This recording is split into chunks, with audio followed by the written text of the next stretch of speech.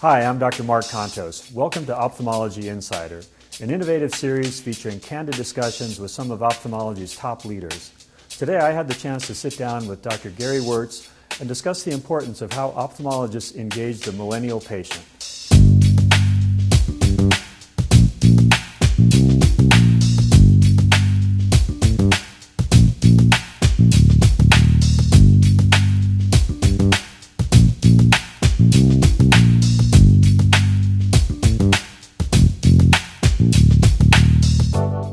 So Gary, thanks for joining me. I appreciate you sitting down to visit with me for a little bit here about kind of, this group of patients that really is probably now looking towards the future, the most important group of patients really for us, the millennial group. You, of course, are part of that group. I'm Right. a little bit beyond that. But those are the patients that we're looking to, in the future. If LASIK is going to come back, they're going to drive that.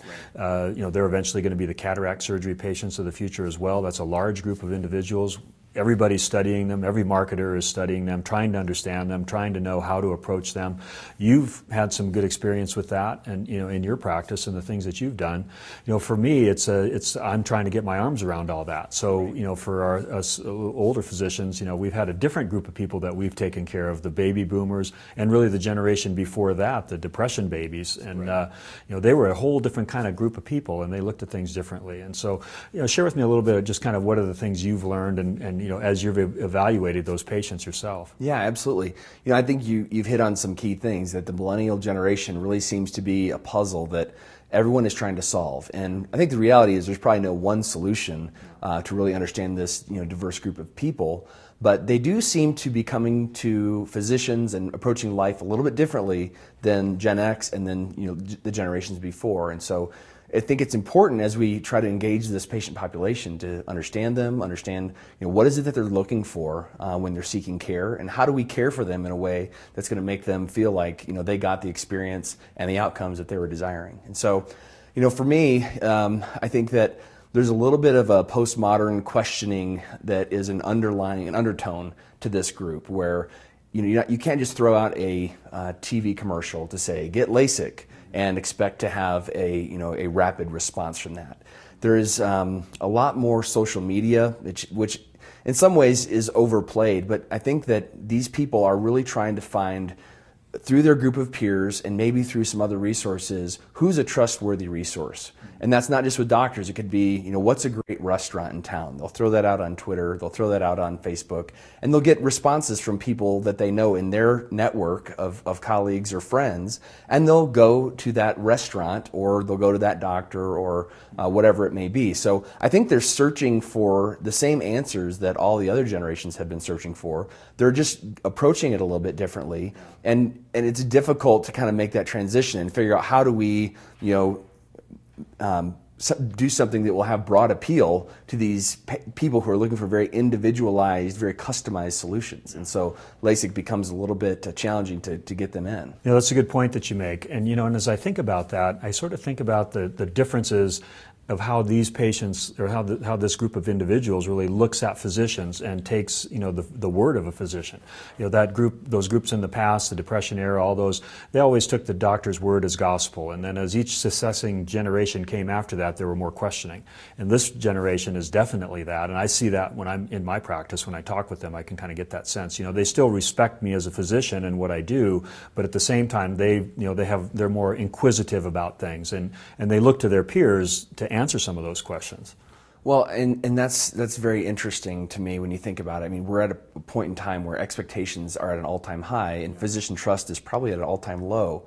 That's difficult to navigate because you can have a conversation with someone and present the data, and you can say, this is my case experience, and these are the number of patients who have a successful result, and they'll say, well, in Google I found that people have dry eye after LASIK, and how can you promise me I'm not going to have dry eye? Or they're wanting assurance, and when you're trying to give it to them, in some ways they're counteracting that with maybe data that they're gathering from peers, from online resources, and so there seems to be just this question mark in their mind that they're always wrestling with, and sort of just this doubt of can I trust this information that I'm receiving, or is this a sales pitch? Because this generation has grown up with all sorts of television and commercials, and has just been marketed to death. And so I think that's what we're kind of seeing the fruits of that. Of okay, well, everyone is saying that they're the best. Yeah. Tell me why I should believe you. Yeah.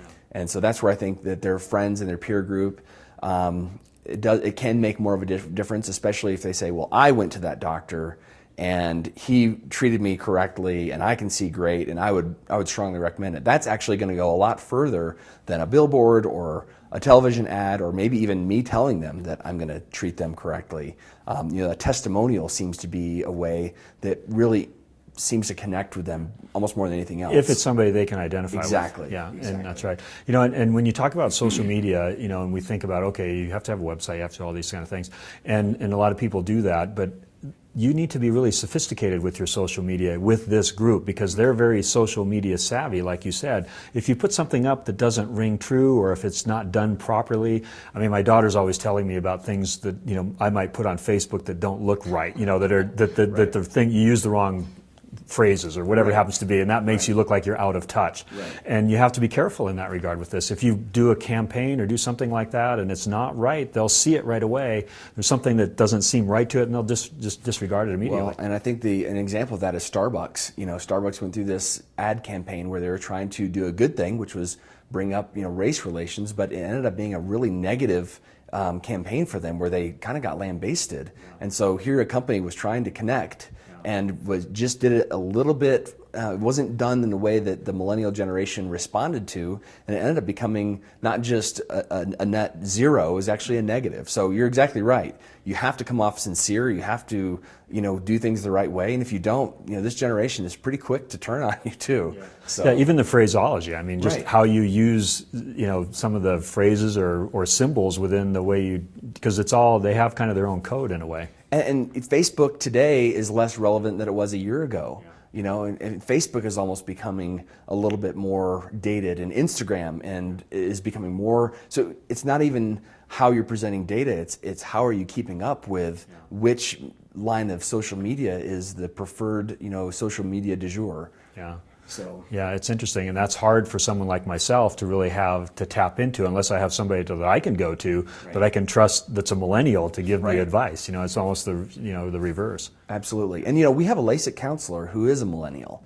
I'm not sure how much that helps, but I do feel like they connect with her pretty easily, and she can, there's not this barrier of a different generation speaking, to them. And so I think that's helped. I think that in some ways, patients who are in this generation look at a surgeon who's younger as a potential advantage. I don't think that's true all the time. I think some patients will seek doctors simply for experience and expertise.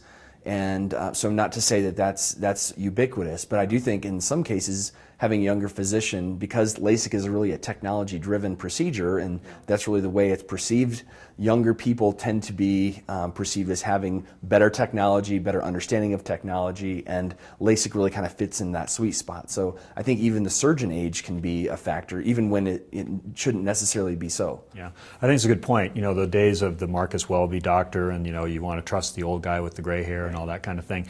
This is a different group, and there's probably still there's still an element of that, but it's not the predominant element. I think the predominant element is like a young, vibrant person who has been well trained, is on the cutting edge, that sort of thing. I think if you, at least in my mind, that's kind of what I would imagine those people are envisioning when they walk into a LASIK center and they're going to meet the surgeon or something like that. Yeah. I mean, I think that's true, and so for the time that I am still relevant to this generation, we'll try to connect with them the best we can. But it is it's a moving target, and it's really difficult to come up with really rock solid solutions that are going to impact the generation. But I do think we're kind of starting to solve the puzzle a little bit at a time. Yeah. What have been some of the specific things that you've done in the practice? I mean, what are do you have campaigns? How do you specifically try and reach these people? So we actually did a campaign on Facebook earlier this year, and it ended up being pretty successful. And we like to give away LASIK procedures as a promotion. It's something that we like doing it because it helps people, and there's that aspect of it. There's a marketing aspect of it as well. Yeah, and I think you mentioned that, and that's as opposed to discounting, and I think that's a key thing to describe, because I think there's a big difference between discounting, like 5 LASIK procedures for a few $1,000s or whatever, or giving one away. Yeah, it is. It doesn't debase the procedure, but discounting in a way sometimes can. Exactly, and that's that same thing where it's like, well, it's a $500 discount off LASIK. Well, they probably do that all the time. It's almost like, well, sure, it's a $500 discount. You just probably raised your price by $500 to offset it. There's kind of that skepticism there. But we did this Facebook promotion where we had past patients. We sent them an email, contacted them to say, if you have someone in your family or a friend who you feel like would be deserving of having LASIK who may not be able to afford it, write a story, nominate them. And so we were able to have some nominations on our Facebook page, and then the winner was basically determined by the number of likes each different nomination got. And so what happened was we ended up getting people who had a fairly high social media presence, so had a lot of friends on Facebook. Their friends were driven to our page to click like because they were wanting the procedure and they were being an advocate to come and like our page. And so we ended up doing just a wonderful young man. He had his LASIK procedure. He had a really interesting backstory where he thought he had choroideremia, where he was going to go blind eventually because that was something that was misdiagnosed in his life earlier. And just how the LASIK procedure really changed his life. He came out 20/20 plus in both eyes. And after the surgery was over, when he was healed at a month, he did a video just explaining his story about how he thought he was going to grow up blind and how he'd always had to wear glasses and eventually figured out that he wasn't going to go blind, but he did have dependence on glasses, and now he doesn't. And it's a really powerful story. And so we felt good about, number one, just doing it because if we felt like it was just a wonderful thing to do for a young man who deserved it. Yeah. And also, we got our Facebook page, the views and the likes increased, so we were able to not only do the right thing and do a nice thing, but we were able for people to know about that. And that's, I think, kind of how you incrementally build confidence with your patient base. And there's a lot of people out there who are thinking about LASIK and kind of incrementally, it's kind of in the back of their mind. And you never know what's that one thing that's going to call them to action. But doing all of these things over time, I think will kind of get them there if they're interested. Yeah. It's interesting talking with some of those individuals, and my kids are millennials, and and one of them's had LASIK, and they don't really, there aren't many barriers to the procedure really for them in their mind. A lot of them, they've grown up with it. Really, it's been around since they were born almost. So, and they, so they've they see it as just something that's there. So there aren't barriers. It's just a matter of deciding if they're a candidate, or if they've thought about it, when to decide to do it, and what the circumstances are going to be. And that's really kind of the interesting thing, because that's much harder to address that. If there are barriers like, well, I'm afraid that you're going to have these problems or something like that, you can kind of address those barriers specifically and take them away, or at least educate the person on. But to try and decide when somebody's going to do something that they kind of think they're going to do at some point, it's hard to kind of make that happen. And I think that's where all these other things kind of come into play. How do you? It's a subtle thing, and it's different for different people. I totally agree. I think also just being having a presence in the community for years and years and years.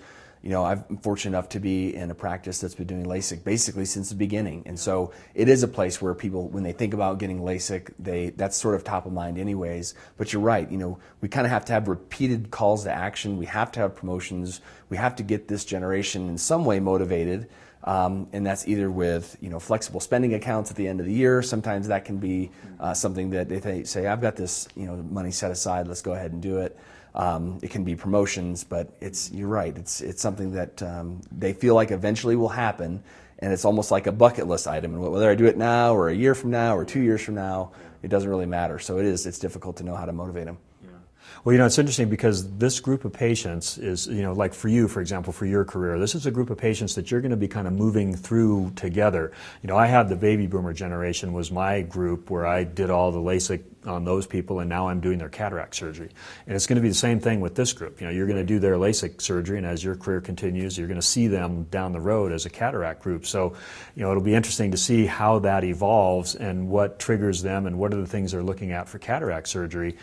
at that point in time, that group that we're doing now, they had LASIK, it all went great. It was a slam dunk thing. They saw great. Now they want cataract surgery. They expect the very same thing, and they just assume it'll be that way. Right. And they're seeing the same doctor, not? So you did it before, Right. You can do it again, right? Yeah. And then you're like, well, it's a little different, and that sort of thing. I wonder what this group would be like in that regard for you. Yeah, I mean, it's going to be interesting. The term herding cats, is one of those things where you think it's really difficult to manage a group of patients in a certain direction. I do think that, as millennials age, they will change. I don't think that this generation is going to always be this way. And, aging and life has a way of kind of bringing wisdom. And so I do think that the millennials will evolve and change over time, and we'll have to just kind of keep our finger on the pulse of what they're doing now to figure out how to engage them. But I think if they do become a patient when they're younger and you treat them well, and they get a good, if they get a good result with LASIK, which is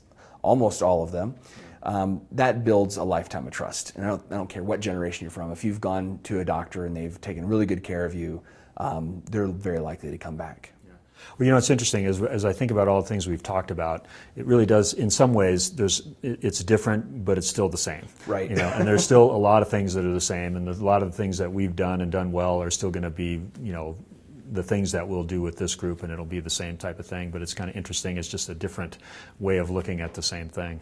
I look back to things that my mentors have told me my whole career. If you take good care of patients, your practice is going to grow, and your practice will take care of you. And so sometimes I do think we can make it overly complicated when by keeping our finger on the pulse is important. The main thing is just going to work every day and trying to provide the very best patient experience from the time the patient walks in the door to the time they see the technician, see you, and by the time they exit. If we can provide that experience for them, I think that's sort of the core, that's the fundamentals of any practice. And if we do that right, I think we're going to get a lot of it right. Yeah.